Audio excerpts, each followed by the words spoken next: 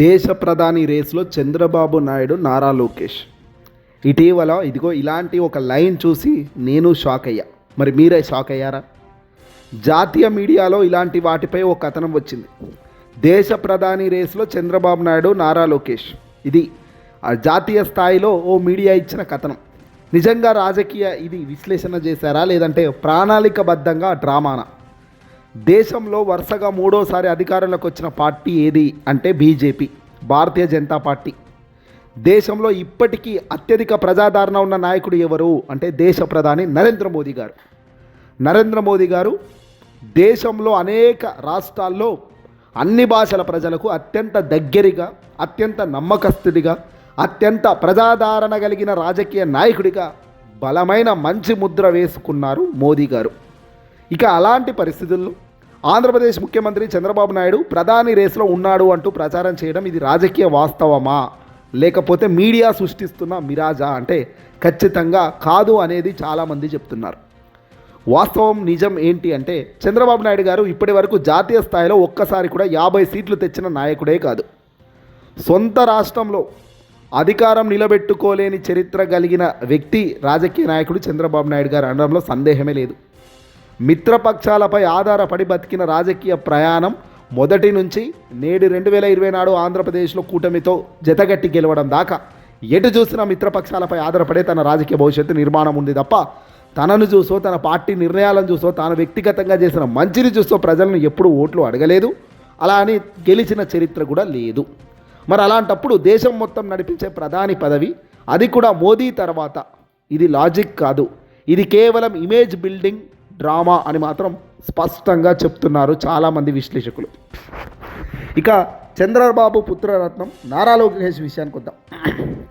నారా లోకేష్ పేరెందుకు వాడుతున్నారు? అది కూడా దేశ ప్రధాని రేసులో ఏకంగా నారా లోకేష్ గారి పేరు ప్రధాని రేసులో పెట్టడం అంటే రాజకీయ అర్హత వల్ల కాదు, ప్రజాదరణ వల్ల కాదు, పరిపాలన అనుభవం వల్ల కాదు. అది కేవలం ఒక్క కారణం, బ్రాండ్ క్రియేషన్. చంద్రబాబు నాయుడు గారు రాజకీయం కన్నా ఎక్కువగా బ్రాండ్ని బిల్డ్ చేసిన బ్రాండ్ మీదే నడవడం, బ్రాండ్ బిల్డ్ చేసిన తర్వాత దాంట్లో ఎవరుట్టినా కొట్టుకోపోయేలా తన ప్రణాళికలు ఉండడం మొదటి నుంచి తాను చూస్తున్నాం.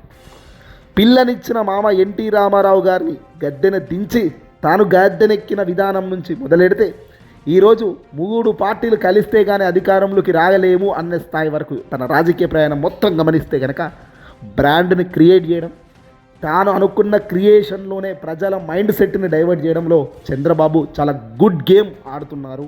చాలా ఏళ్ల కాలం పాటు వర్కౌట్ కూడా అవుతున్నది ఇదంతా కూడా.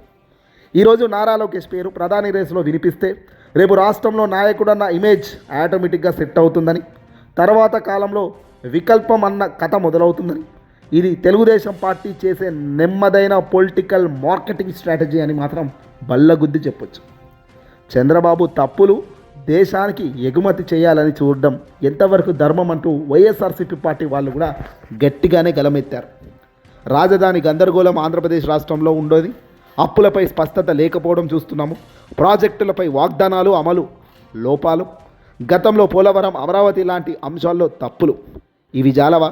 ఇలాంటి పరిపాలనను దేశం మొత్తం మీద అమలు చేయాలి అనుకోవడమే అసలు అసాధ్యమైన ఆలోచన. ఇక్కడ మళ్ళీ చంద్రబాబు రేసులో, మోదీ రేసులో చంద్రబాబు ఉన్నారని, ప్రధానిగా చంద్రబాబుకు అవకాశం వచ్చే అవకాశాలు ఉన్నాయంటూ ఇలా నమ్మబలికే అసత్యాలన్నీ కూడా సత్యాలు కావు అన్నది ప్రజలు గమనించాల్సిన అవసరం ఉంది. ఈ కథనాల వెనుక గేమ్ ఏంటంటే బీజేపీపై ఒత్తిడి పెంచడం. ఇలాంటి కథనాలను అల్లడంలో, ఎలాంటి ఆలోచన లేని వ్యక్తులకు ఏదో ఆలోచన కల్పించడంలో చంద్రబాబును మించిన గనుడు మరొకరు లేరు అనేది రాజకీయ ఉదండులు చెప్పే మాట. ఈ కథనాల వెనక గేమ్ బీజేపీపై ఒత్తిడిని అమాంతం పెంచడం, కేంద్రంలో డిమాండ్లకు బేరం పెంచడం, మేము లేకుండా ప్రభుత్వం కుదరదు అన్న ఫీలింగ్ క్రియేట్ చేయగలగడం, రాష్ట్రంలో నారా లోకేష్కు ఫ్యూచర్ లీడర్ ట్యాగ్ ఇచ్చే కార్యక్రమం చేయడం. ఇదంతా ప్రధాని రేస్ కోసం కాదయ్యా, ఇదంతా పవర్ నెగోషియేషన్ రేస్ అంటారు. మోదీ తర్వాత నిజంగా అర్హత ఉన్నవారు ఎవరు అని చూస్తే నిజంగా మోదీ తర్వాత దేశ ప్రధాని అయ్యే అవకాశం ఉన్నవారు అమిత్ షా. పరిపాలన ప్లస్ రాజకీయ నియంత్రణ యోగి ఆదిత్యనాథ్ అంటారు. స్ట్రాంగ్ అడ్మినిస్ట్రేషన్ ప్లస్ హిందుత్వ బేస్ చాలా బలంగా ఉన్నది నితిన్ గడ్కరీ. పనితనం, డెవలప్మెంట్ ట్రాక్ రికార్డులో వేగవంతమైన ఒకటే లైన్లో ఉన్న డెవలప్మెంట్ ట్రాక్ రికార్డ్. ఈ ముగ్గురు అత్యంత శక్తివంతమైన వ్యక్తులు. రాజకీయంగా కూడా, పరిపాలనలో కూడా చంద్రబాబు కన్నా 1000 రెట్లు ముందున్న వరుసలో నిలబడే వ్యక్తులు వీళ్ళు.